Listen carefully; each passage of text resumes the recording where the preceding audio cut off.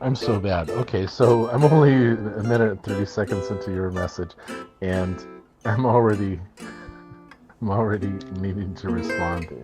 You talked about Hillman and dreams, which got me thinking about an earlier message you sent where you wanted to experiment with lucid dreaming, and I never responded to that at the time, so I need to respond to that now. 32. Symphony of a Restless Night.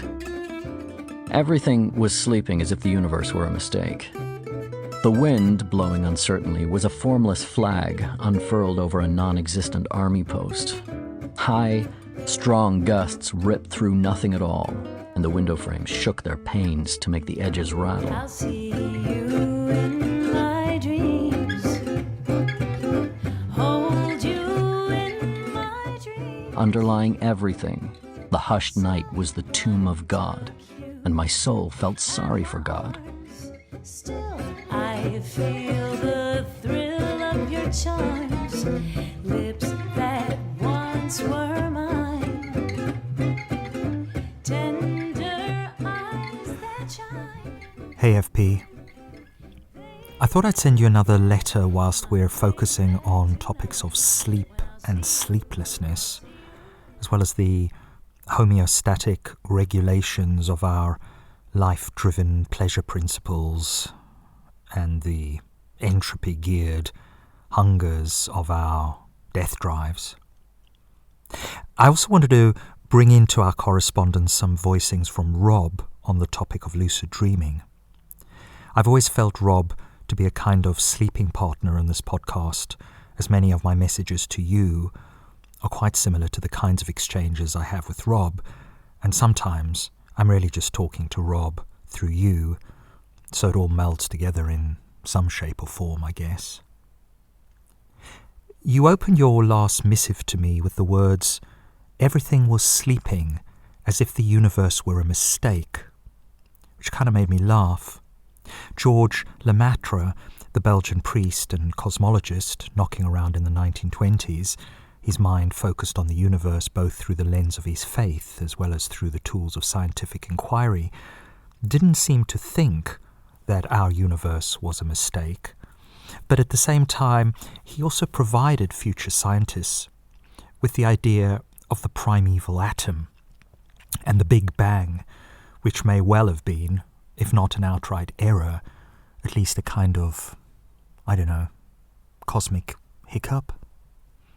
Lemaitre's cosmogony also echoes those initial lines of Genesis, which suggest another kind of singularity, God, in this case, erupting like a somewhat benevolent genie from a cosmic lamp, his primordial nothingness exploding into the everythingness of, well, everything.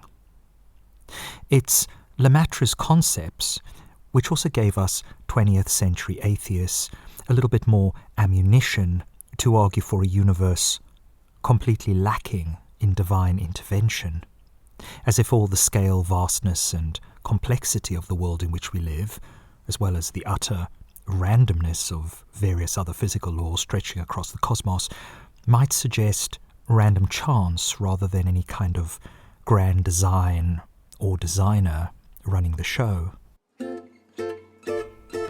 This no doubt has existential ramifications, whether we like it or not, for our own sorry lives. Suddenly, a new order of universal things acted on the city. The wind whistled in its lulls, and there was a slumbering awareness of countless agitations on high. Then the night closed like a trapdoor, and a vast calm made me wish I'd been sleeping.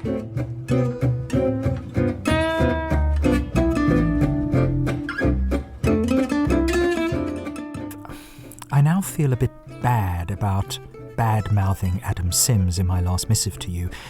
As I listened again and again to Sims reading the fragment before this, I came to appreciate, as I'm sure you did, the theatricality of his voicings, all very Hamlet, all very brooding, self-absorbed and portentously overblown Enneagram 4 kind of stuff. which is what we are we not? You know, you and me, high-minded, intensely self-serious ghouls, metaphysical drama queens, we might also add, occasionally save for posterity by the odd turn of an odd phrase or the glint of an interesting idea. But often, are we not just floundering in a kind of purple prose? We are the adults who have never grown out of their teenage years, or teenagers who comport themselves like world-weary adults, wallowing in Weltschmerz before they've even acquired a driver's license for the uncharted roads they've yet to travel along. What I want to really focus on here, though, and share with you, are Rob's instructions for how to cultivate states of lucid dreaming. In Fragment 33, which follows on from this one, the act of writing itself seems to allow you to experience life more from the vantage point of a waking dream than from your routine and mundane existence. This is also why we intoxicate ourselves, is it not? Anything other than having to feel, although we are well aware of feeling this too, the painful, sterile rage and utter uselessness of dreaming, as you put it, in a letter that you wrote in 1914 to João de Lebre Lima, where you first mention your idea for the Book of Disquiet, explaining the title was chosen to reflect, quote, restlessness and uncertainty, which are its dominant notes. You also mentioned to João a piece that you'd published in a literary journal in 1913 called The Forest of Estrangement, which you tell him is the only published text in which you make, quote, tedium and the sterile dream that wearies of itself even before it starts dreaming, a motif and the central theme. Going on to say that your estranged style is something you feel to be, quote, quite your own. Again, that romantic individualist fall, right? Unaware, as you possibly may have been, of other estranged romantic individualists writing at the time, like Kafka and Bruno Schulz, Robert Walser and Daniel Kahne's. Our life was all of life, you say, in that fever dream of yearning and past-focused, wounded rejection that is the forest of estrangement. Our love was love's perfume. We lived impossible hours, full of being ourselves, and all because we knew, with every scrap of our flesh, that we were not a reality. Stars shining bright above you. Night breezes seem to whisper, I love you. There's a moment in Rob's message where I think he gives us a hint as to what it might be like to be consciously awake in the midst of that somewhat psychotic experience we refer to as rapid eye movement sleep. Birds singing in the sycamore tree. Dream a little dream of me. Rob's glimpse into lucid dreaming also gave me a sense of what so-called enlightened human creatures, maybe even Rob himself, are able to experience without any chemical crutches to get them there. This ability to perceive beauty, meaning and connection in those things around us, including our own often upset or troubled inner perceptions and jumbled thoughts. A prelapsarian state, a kind of Enneagram 9 state of flow, numinosity, wholeness, acceptance, and, well, possibility. Say nighty-night and kiss me. Just hold me tight and tell me you'll miss me. While I'm alone, as blue as can be, dream a little dream of me. Or as you lay it out in Fragment 33, a combination of that holy triumvirate of sleep, home, and freedom. When these elements intertwine, be they within the vivid landscapes of your writing or the realms of lucid dreaming, intoxicated possibilities present themselves to us, but without the need, for Rob at least, of toxic intoxication. This transcends the mundane reality we navigate in our waking states, a reality that often feels half empty or even utterly depleted, into something worth living for. I'm always struck by the mythos presented in the first few pages of Eckhart Tolle's The Power of Now, which goes something like this. One night, not long after my 29th birthday, I woke up in the early hours with a feeling of absolute dread. I had woken up with such a feeling many times before, but this time it was more intense than it had ever been. The silence of the night, the vague outlines of the furniture in the dark room, the distant noise of a passing train, everything felt so alien, so hostile, and so utterly meaningless that it created in me a deep loathing of the world. The most loathsome thing of all, however, was my own existence. What was the point in continuing to live with this burden of misery? Why carry on with this continuous struggle? I could feel that a deep longing for annihilation, for non-existence, was now becoming much stronger than the instinctive desire to continue to live. I cannot live with myself any longer. This was a thought that kept repeating itself in my mind. Then suddenly I became aware of what a peculiar thought it was. Am I one or two? If I cannot live with myself, there must be two of me, the I and the self that I cannot live with. Maybe, I thought, only one of them is real. I was so stunned by this strange realization that my mind stopped. I was fully conscious, but there were no more thoughts. Then I felt drawn into what seemed like a vortex of energy. It was a slow movement at first and then accelerated. I was gripped by an intense fear and my body started to shake. I heard the words, "Resist nothing," as if spoken inside my chest. I could feel myself being sucked into a void. It felt as if the void was inside myself rather than outside. Suddenly, there was no more fear, and I let myself fall into that void. I have no recollection of what happened after that. Something, however, had changed. We might say that Tolle's anhedonic waking life had become a kind of waking dream, a lucid dream, full of potential and wonder. I was awakened by the chirping of a bird outside the window. I had never heard such a sound before. My eyes were still closed and I saw the image of a precious diamond.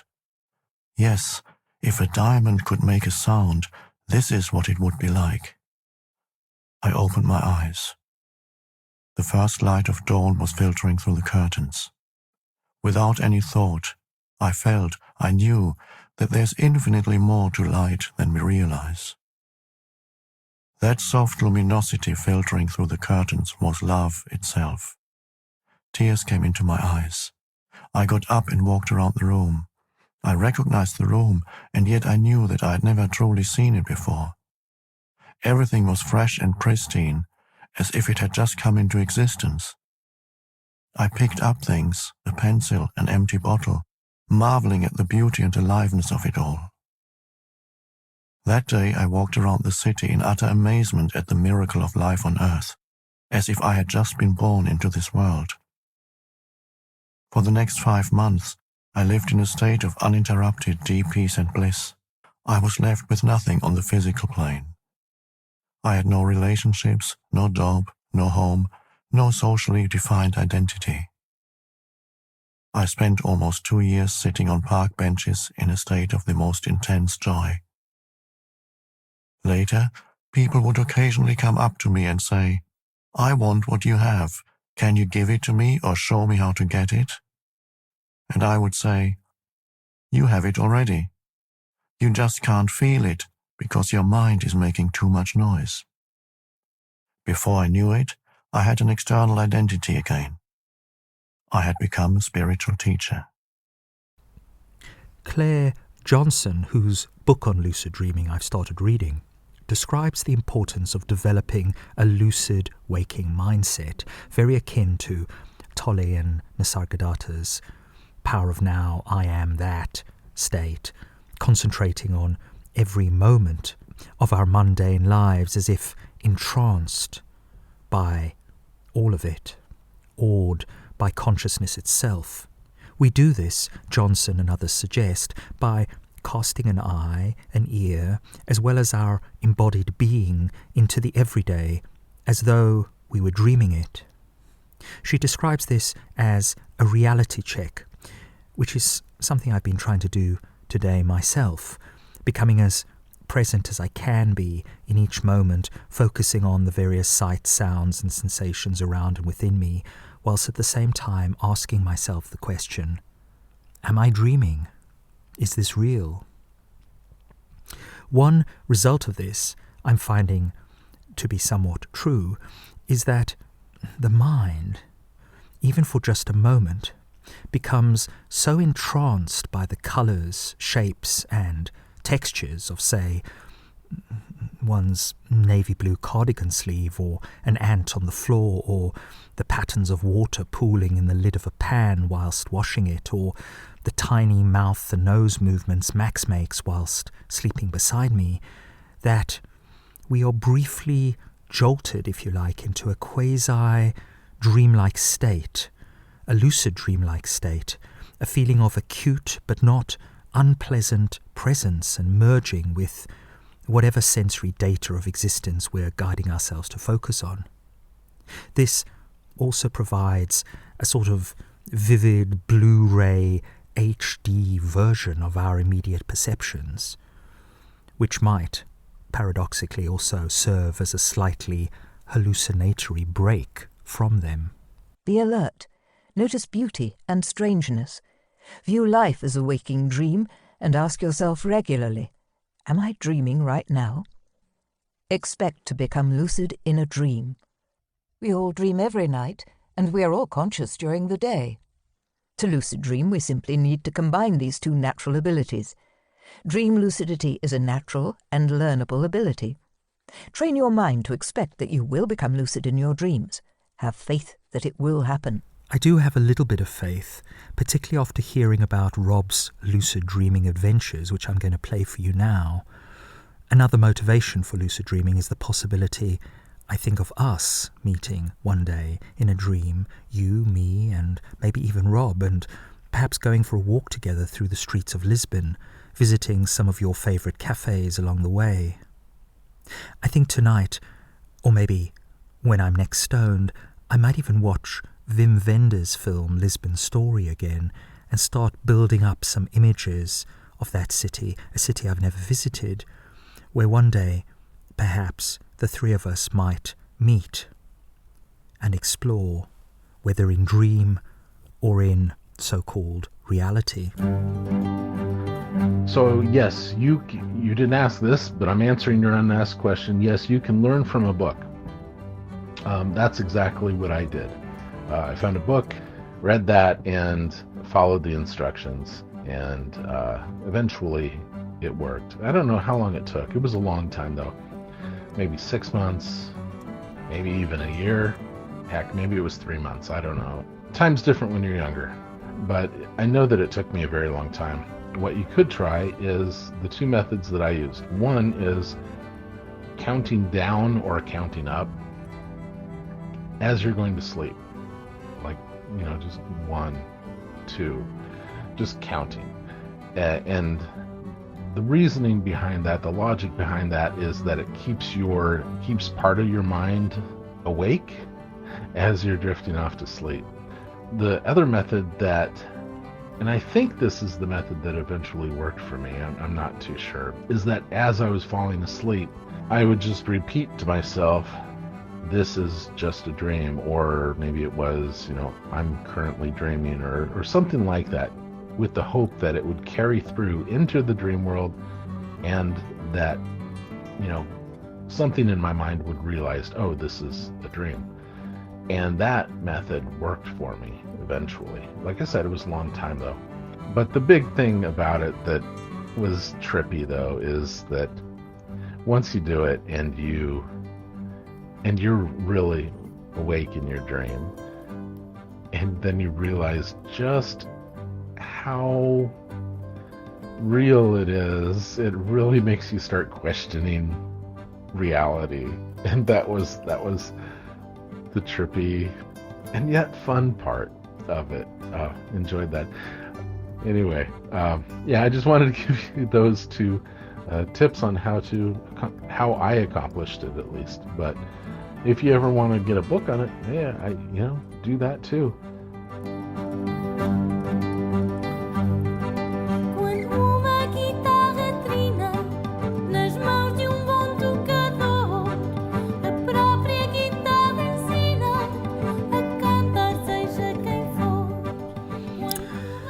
So there you go.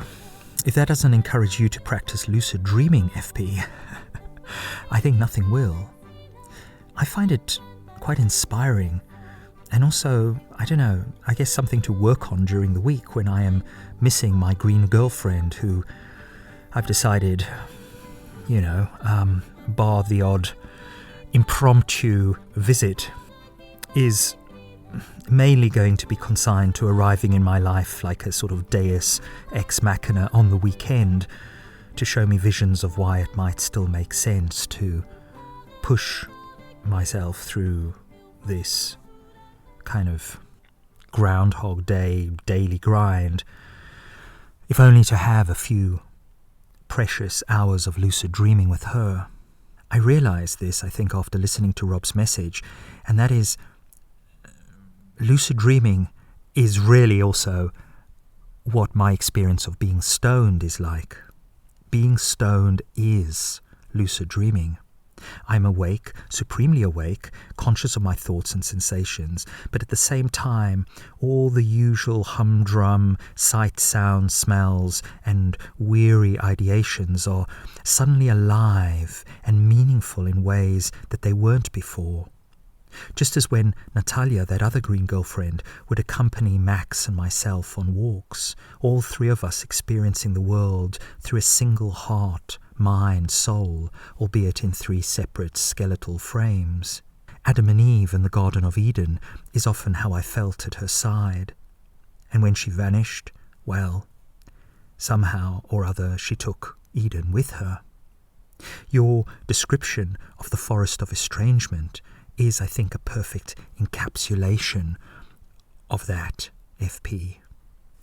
I know how melodramatic and soppy my descriptions of Rambles with Natalia might sound. And indeed, let's be fair, your forest of estrangement hasn't weathered particularly well either. But that's genuinely how we experienced it. At least in recollection, right?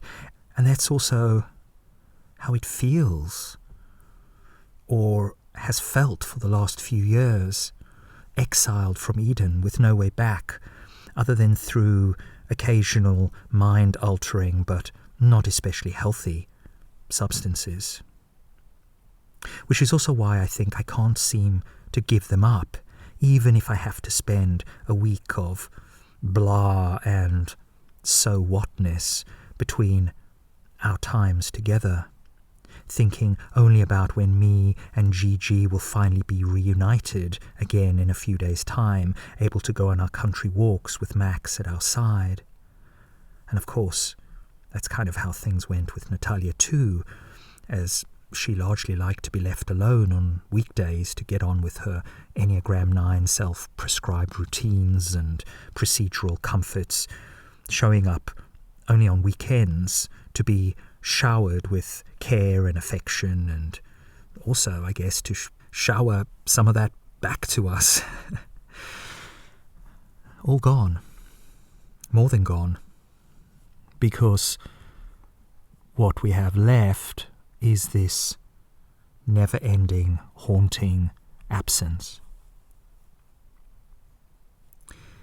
I had initially thought that I might want to lucid dream in order to meet Natalia again.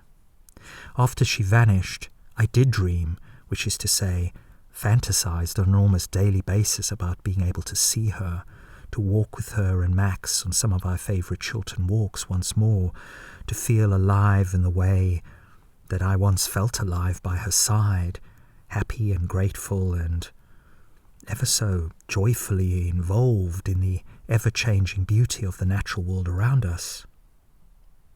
That year in which she graced us with her presence pretty much every weekend, I thought I might have finally found that secret chord which Leonard Cohen and, presumably the team behind the Bible, believe that David played, and it pleased the Lord. For a year we played that secret chord again and again and again, every weekend in fact, and I thought that I might really be able to do so, to continue playing that chord for the one I was devoted to, until Max and Natalia and I were all tucked up in our graves, wishing each other sweet dreams and ta-ta for now toodles, kind of like the Waltons at the end of that TV show from my childhood and probably Rob's too. Good night, everybody. Good night, Mama. Good night, Ben. Good night, everyone. Good night, Mama. Good night, Daddy. Good night, children. Good night, Daddy. Good night, Elizabeth. Good night, John Boy. Good night, Jim Bob. Good night, Jim Bob. Good night, Jim Bob. A peaceful and grateful sigh at the end of a day well passed, a life well lived. A life, we might say, lived in the consummation, culmination and grace of a lucid dream, rather than the melodramatic desolation of a kind of waking nightmare. Why had we not been able to continue playing that secret chord over and over again?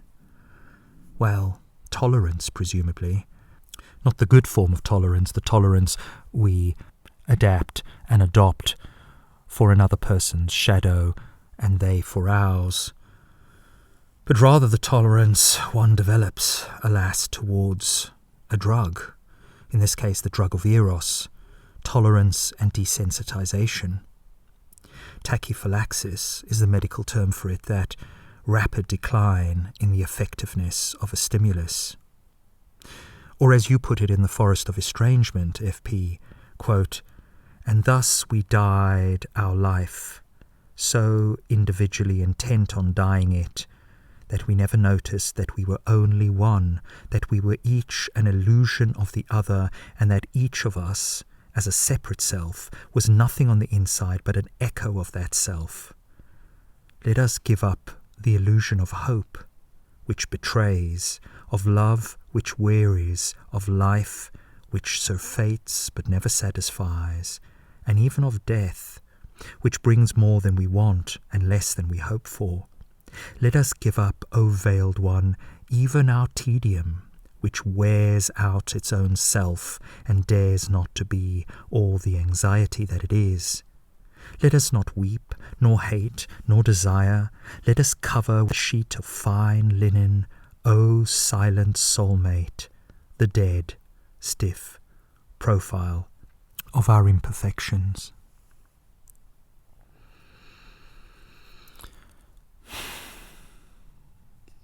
As I say, initially I thought I might be wanting to lucid dream in order to travel back into the realm of Hades and find Natalia again.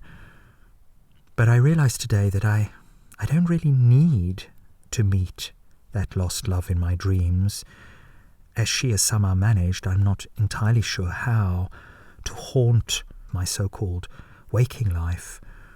So why give her any more time in my imagination?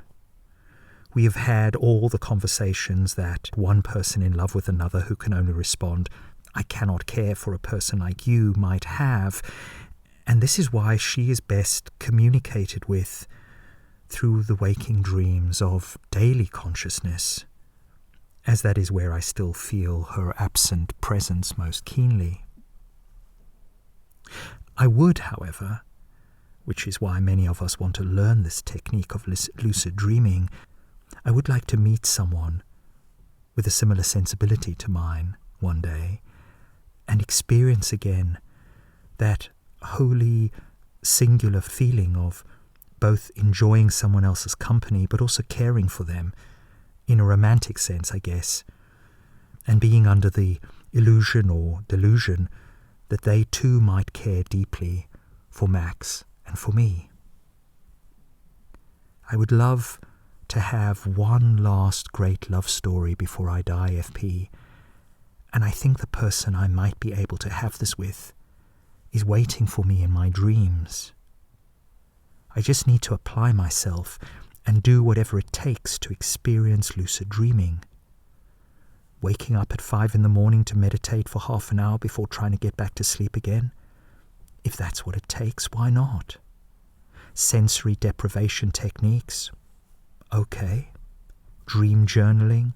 Absolutely. Sleeping with your book next to my bed every night and calling your spirit into my dreams before closing my eyes each evening? Let's give that a try too.